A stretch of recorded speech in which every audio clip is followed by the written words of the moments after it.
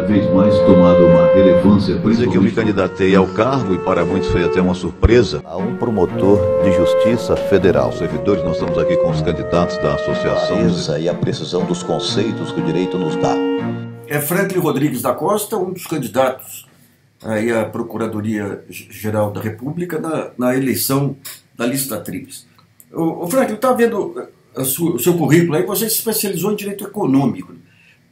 Como que é o direito econômico no âmbito do Ministério Público Federal? Qual é o espaço que ocupa? Tem um espaço amplo. Primeiro porque no Brasil o direito econômico está diretamente ligado à defesa do consumidor. E nós temos no Brasil o CAD, que foi modernizado recentemente, que é o Conselho de Defesa do Direito Econômico, e no CAD atua um membro do Ministério Público Federal. Então nós damos pareceres, a gente acompanha os processos, podemos representar também em defesa da concorrência, garantir o direito à concorrência que a Constituição estabelece, né, para evitar os cartéis, evitar controle de preço, monopólio, e também a defesa do consumidor nesse mesmo sentido. Então, intrinsecamente ligado, direito econômico, que é a livre iniciativa de forma ampla, sem essa formação do controle de preço, domínio de mercado, e a defesa do consumidor em relação a preços melhores e a prestação de serviços mais eficientes. Se a gente vê o Ministério Público de fora, você tem uma área de direito econômico, uma área penal, uma área de direitos humanos, uma área da parte ambiental. De uma maneira geral, esses conhecimentos espalhados, tem algum fórum que permita introjetar o conhecimento de uma forma transversal por todos os setores? É bastante apropriada a tua pergunta, Nassif. Olha como é que funciona. Nós temos no Ministério Público as chamadas câmaras de coordenação. Então, nós temos a primeira câmara, que é de temas administrativos, administração em geral, controle da administração em geral. A segunda câmara é a câmara criminal, onde se concentram a coordenação do trabalho criminal. A terceira câmara é a Câmara de Defesa do Consumidor e da Concorrência. A quarta câmara do Ministério Público é a Câmara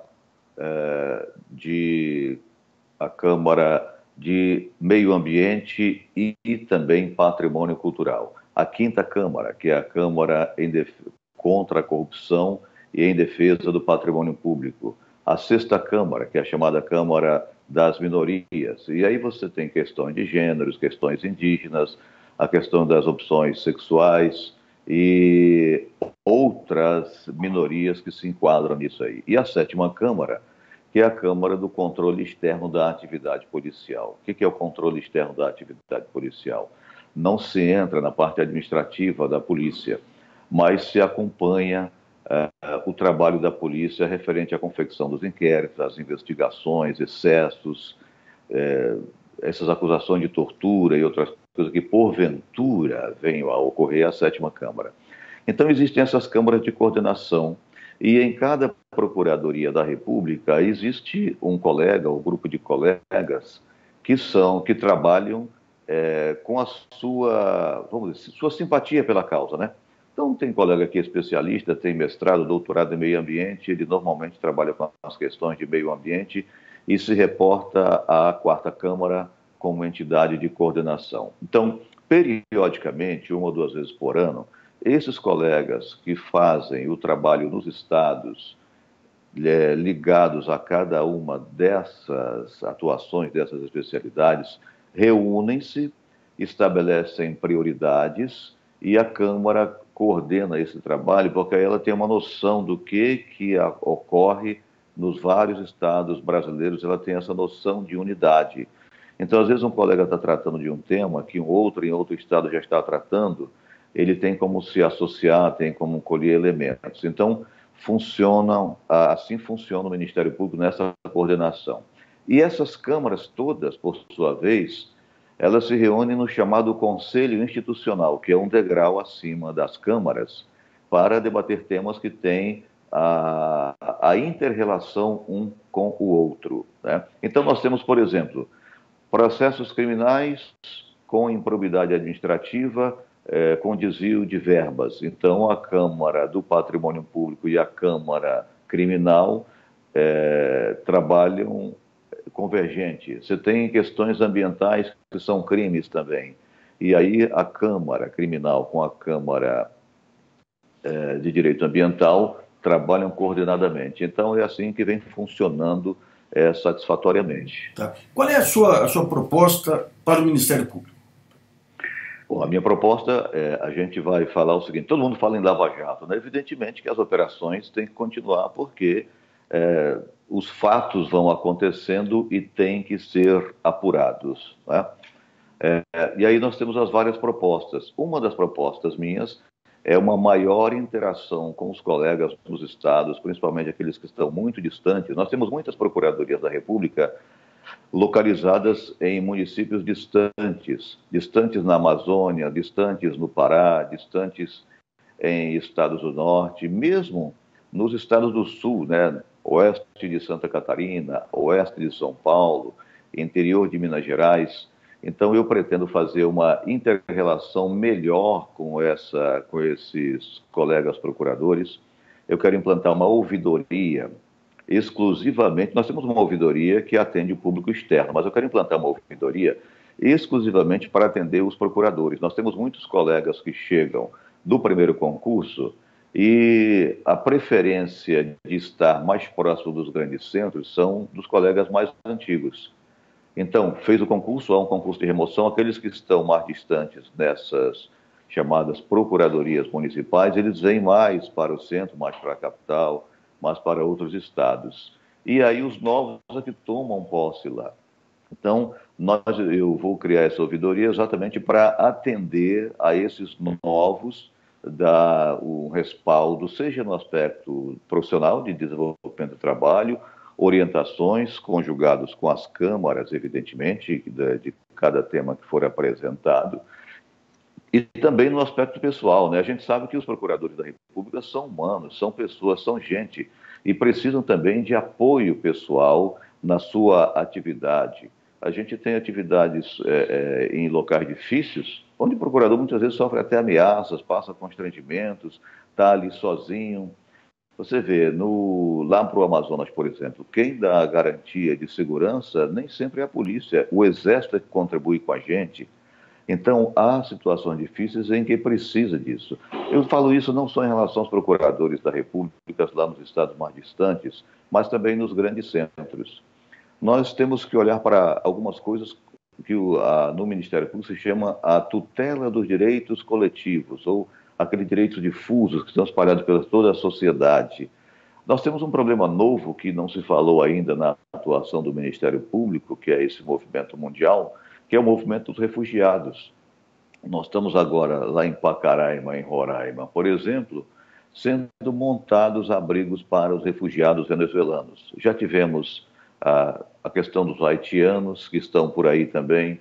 Muitos latinos, como bolivianos, colombianos, vêm para cá, não como refugiados, mas vêm na imigração.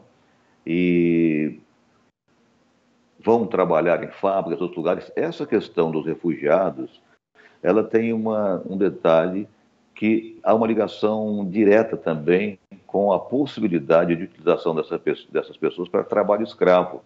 Então, os direitos humanos, eles serão bastante visíveis para mim como Procurador-Geral da República. Além desse trabalho criminal, que é o trabalho do cotidiano, né? A gente fala no trabalho criminal como um trabalho cotidiano. Eu também tenho um olhar para a Amazônia.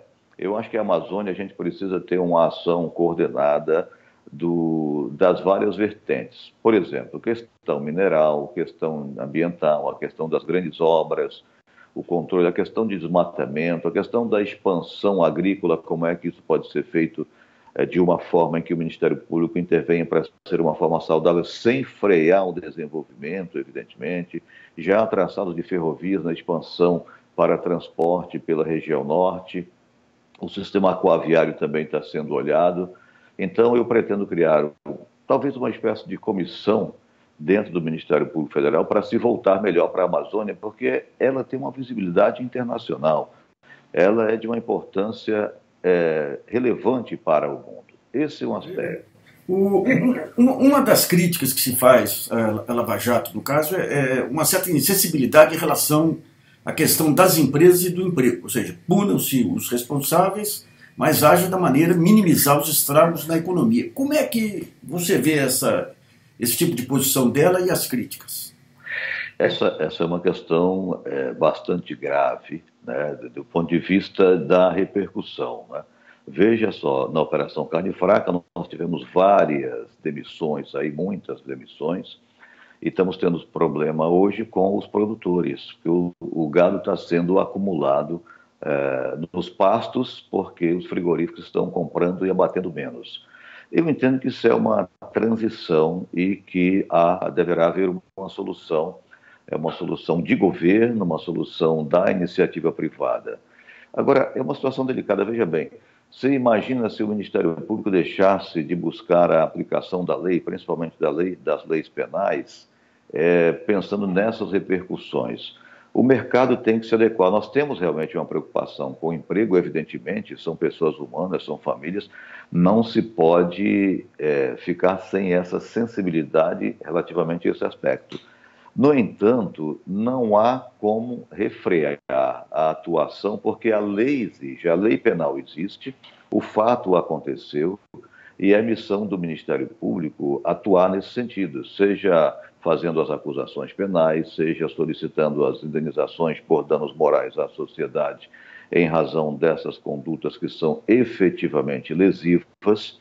Agora, é uma responsabilidade do Estado, é uma responsabilidade das empresas fazerem as devidas acomodações para continuar essa expansão. Você veja bem, uma das políticas mais recentes, aí eu vou me referir novamente à questão do direito econômico, foi a criação das grandes empresas, das grandes corporações com as fusões para que o Brasil tivesse uma competitividade no exterior, por exemplo. Agora, isso não se analisa, não tem ainda um estudo, isso foi benéfico ou não foi, né? Só uma coisa bem nacional, bem brasileira, né? O preço da cerveja reduziu ou aumentou com essas fusões, né? As estatísticas mostram que houve um aumento do preço da cerveja além da inflação. Então, essas grandes corporações, elas tiveram como resultado o benefício do consumidor ou não? Então, essas interações que eu estou te falando, elas têm que ser acomodadas pelo Estado nas suas políticas econômicas e pelas empresas, né? O Ministério Público não pode ser refreado por conta disso aí. Mas vamos pegar a carne fraca. Você tinha uma investigação, você tem hoje um espaço garantido na mídia para bater bumbo, e de repente uma operação que estava localizada em alguns fiscais corruptos e algumas foi apresentada ao mundo como sendo a corrupção da carne brasileira atrapalhando. Então, digamos, não teria que haver uma certa disciplina na maneira a própria divulgação da informação tem um efeito, às vezes, muito maior do que a própria investigação. De alguma maneira, o Ministério Público não teria que se debruçar um pouco para discutir esse lado midiático das operações? Eu concordo com você. Eu quero te dizer também que eu sou jornalista, eu sou formado na UNB na turma de 81 e trabalhei como jornalista antes de fazer direito e para o Ministério Público, né? Isso aí envolve uma outra questão. Como é que se faz o controle da informação? Como é que se faz o controle da divulgação da informação? Então, eu não tenho a convicção de que essas informações tenham partido de dentro do Ministério Público, né?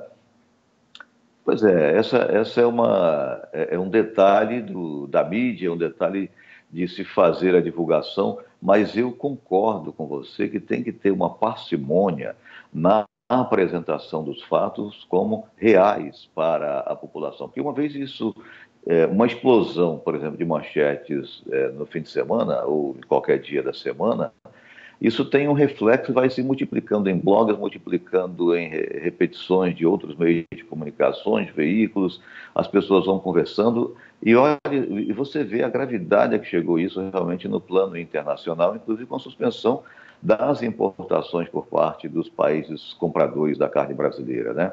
E aí tem que ir os emissários, fazer as conversas, mostrar essa coisa.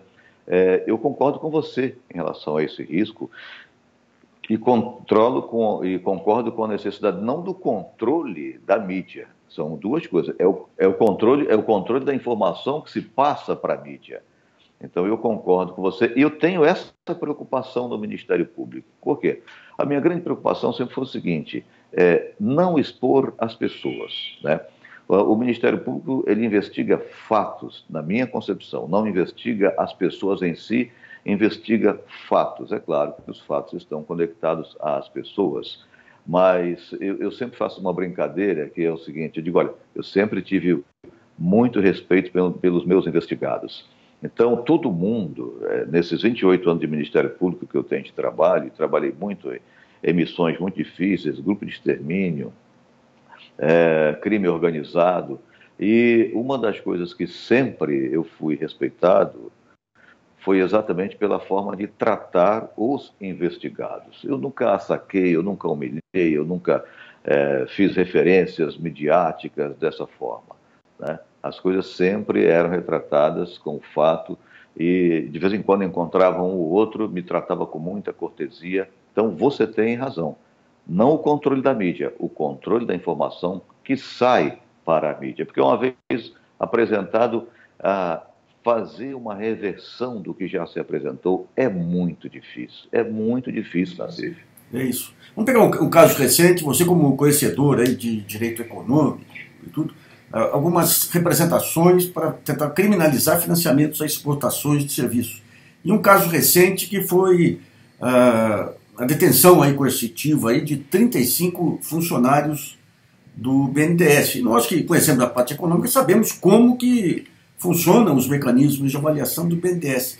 Você não teme que esse conjunto de operações mais radicais e pouco seletivas possam se constituir numa ameaça à futura independência e autonomia do Ministério Público? Não, eu não creio nisso, não. Podem ser ações isoladas, né? Podem ser ações que repercutem de forma isolada. O Ministério Público, como um todo, ele tem uma preocupação. É claro que nós temos um detalhe que é interessante. Um princípio dois princípios, são a autonomia e independência, né? Então, o procurador tem a sua atuação nisso. Agora, há mecanismo de controle. Nós temos, por exemplo, as corregedorias, a corregedoria do Ministério Público, no caso federal, as corregedorias dos Ministérios Públicos dos estados. Hoje nós temos um órgão de controle externo, que é o Conselho Nacional de Ministério Público, que é formado por membros da sociedade, magistratura, Senado, Câmara, advogados, que são pessoas externas ao Ministério Público. Então, eu acho que a sociedade tem um controle disso aí. Eu não vejo essas questões isoladas que podem acontecer um ou outro momento como danosas às atribuições que o Constituinte dotou o Ministério Público, que, aliás, a sociedade hoje tem uma grande confiança no Ministério Público. Tem que ter cuidado, aí eu vou fazer uma acordância com você, tem que ter cuidado com a utilização dessas prerrogativas profissionais, eu digo não prerrogativas pessoais de cada membro, mas a prerrogativa institucional de como trabalhar isso para que o órgão não perca a sua credibilidade ou pelos excessos ou pela inatividade naquilo que necessita ser apurado. Há um ponto de equilíbrio. Pela instituição ser o que é, nós temos que trabalhar numa faixa de equilíbrio para a apuração e divulgação dos fatos. Como é que você está vendo esses conflitos entre poderes aí? Ministério Público, o Presidente da República, agora o Supremo entrando, suspeitas de ameaças ao Supremo. Até onde isso pode conduzir a um agravamento da crise ou a uma solução?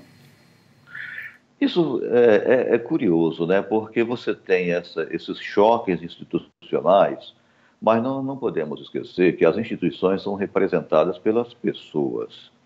Então, muitas vezes, o choque não é das instituições, mas é um choque que acaba sendo pessoalizado, vamos usar essa expressão, né? um choque onde se traz ao campo pessoal.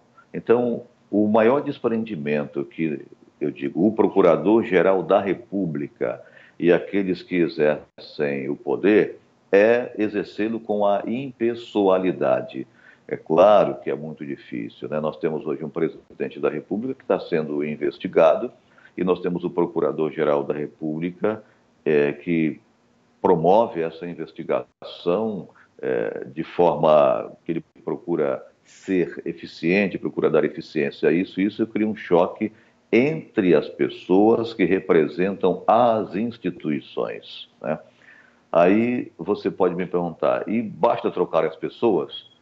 Olha, não bastaria trocar as pessoas, mas eu acho que quem está nessa posição de poder, ela tem que ter essa compreensão de que ele representa a instituição e não é a pessoa em si a instituição. A pessoa não é a instituição, ele representa uma instituição. Então, eu acho que pode haver um colchão, um abrandamento, dependendo de como esse que exerce a liderança de um poder ou de uma instituição, no caso do Ministério Público, que não é poder, é uma instituição, né, trabalhe institucionalmente em relação aos demais. Vamos falar do Supremo Tribunal Federal, vamos falar do TSE, vamos falar da Câmara dos Deputados, do Senado Federal, além da Presidência da República, que hoje nós temos, digamos assim, um choque multi-institucional, né? É um momento muito delicado no país. Mas eu não vejo risco para a democracia. Eu vejo que tudo isso são fatos que podem nos trazer elementos de aprimoramento de como lidar com essa situação em aprimoramento à democracia. Eu já falei antes na entrevista para você, eu não pessoalizo nenhuma das minhas atuações. Então, se eu vier a ser escolhido na lista tríplice, o presidente der a honra de fazer a nomeação, a minha atuação vai ser essencialmente institucional, sem nenhuma pessoalização, sem nenhum choque pessoal nessa forma de atuação. Mas continuando, evidentemente, a fazer todas as investigações que sejam necessárias, cumprindo a função institucional do Ministério Público com tranquilidade, equilíbrio e firmeza, evidentemente. Você acredita que o presidente, seja qual for ele, que for indicar o próximo procurador-geral, ele vai respeitar a lista tríplice? Ele tem a opção de respeitar, porque legalmente a Constituição dá a ele o poder da escolha, né?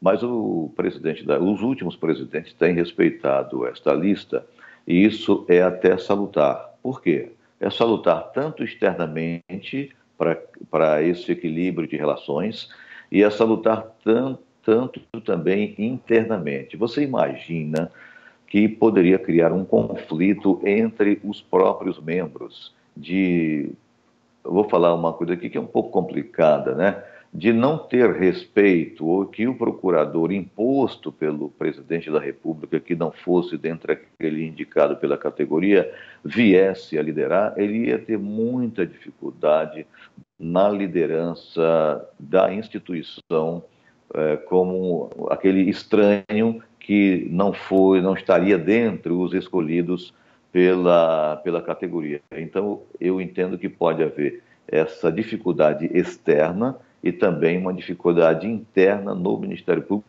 o que não seria bom nem para o país, nem para a instituição e nem para a relação do Ministério Público com as demais instituições. O doutor Geraldo Brindeiro teve uma gestão relativamente tranquila, né? Eram outros tempos. O colega Brindeiro exerceu 4 mandatos, né? Foi na época do presidente Fernando Henrique. Não havia ainda esse costume de apresentar a lista tríplice, e ele trafegou muito bem, exerceu o seu mandato, né? Claro que sempre tem as contestações, evidentemente, né? E não há como o Ministério Público, a instituição, tirar o Procurador-Geral, porque essa prerrogativa é do Senado Federal, porque ele tem um mandato. O Senado Federal, através de um processo, é que poderia apear, digamos assim, o Procurador-Geral da República da sua cadeira de chefe da instituição. Então, ainda assim, o Procurador-Geral da República, se for indicado, ele vai exercer o seu mandato, né? O que vai acontecer, pode até não acontecer, são esses fenômenos que eu acabei de falar para você. Tá. Bom, tá ótima entrevista, Frank. As eleições, quais são os grupos internos? Você tem hoje grupos internos organizados dentro do Ministério Público, em torno de bandeiras, em torno de propostas de candidatos? As propostas, na verdade, são unidirecionais, vamos dizer assim, né? O que os candidatos propõem? Propõem manter as investigações das operações Lava Jato, Calicut, Zelotes e outras que estão em operação, que não são na Procuradoria-Geral da República, que são atribuição de colegas nos estados, né? A Operação Zelotes está no Distrito Federal, a Operação Calicut está no Rio de Janeiro, a Operação Lava Jato está em São Paulo e no Paraná, e diluída também em alguns outros estados. Então, manter isso. O aspecto relativo à proteção dos direitos humanos é uma outra questão marcante que vai exigir uma atuação do Procurador-Geral em apoio aos demais colegas.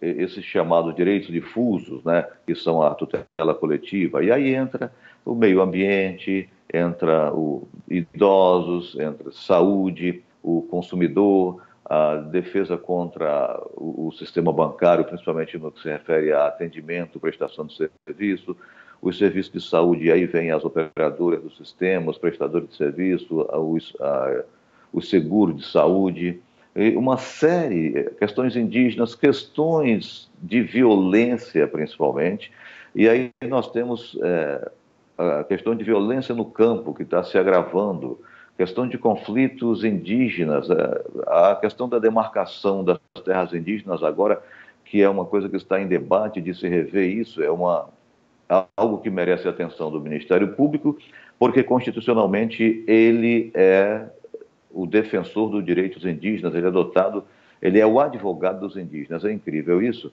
porque o Ministério Público veio na Constituição como advogado das comunidades indígenas. Então, todas essas questões são questões amplas de atuação do Ministério Público brasileiro, que é dos mais avançados do mundo em termos de atuação. E muitas coisas têm acontecido por intervenção e atuação do Ministério Público. A cautela que eu tenho muito, e tenho conversado com os colegas, é não querer o Ministério Público se substituir ao administrador e tomar conta da administração dos municípios, dos estados e do país, mas ele ser um auxiliar, um prévio auxiliar para isso. Na CIF nós temos um problema sério, que é o despreparo dos prefeitos, dos secretários, de quem atua para a aplicação de verbas e execução de projetos, por exemplo. O governo federal ele tem dotações por meio de convênios, tem o repasse do fundo de participação dos municípios, mas os municípios recebem verba e não conseguem aplicar, ou por inapetência, ou às vezes até pelo caso da corrupção mesmo, de desvios. Então, como aprimorar isso, né? Não tem jeito o Ministério Público só bater em cima disso e punir. Tem que ter uma orientação sem querer tirar do administrador a sua função, não confundir a função de orientação por parte do Ministério Público e da sua fiscalização a posterior com o trabalho de administração dos administradores, principalmente dos prefeitos. Esse é um problema sério que a gente também precisa criar um ponto de equilíbrio para auxiliar o país a que as pessoas tenham bem-estar, saúde, educação, segurança e, ao mesmo tempo, que o administrador consiga fazer o seu trabalho.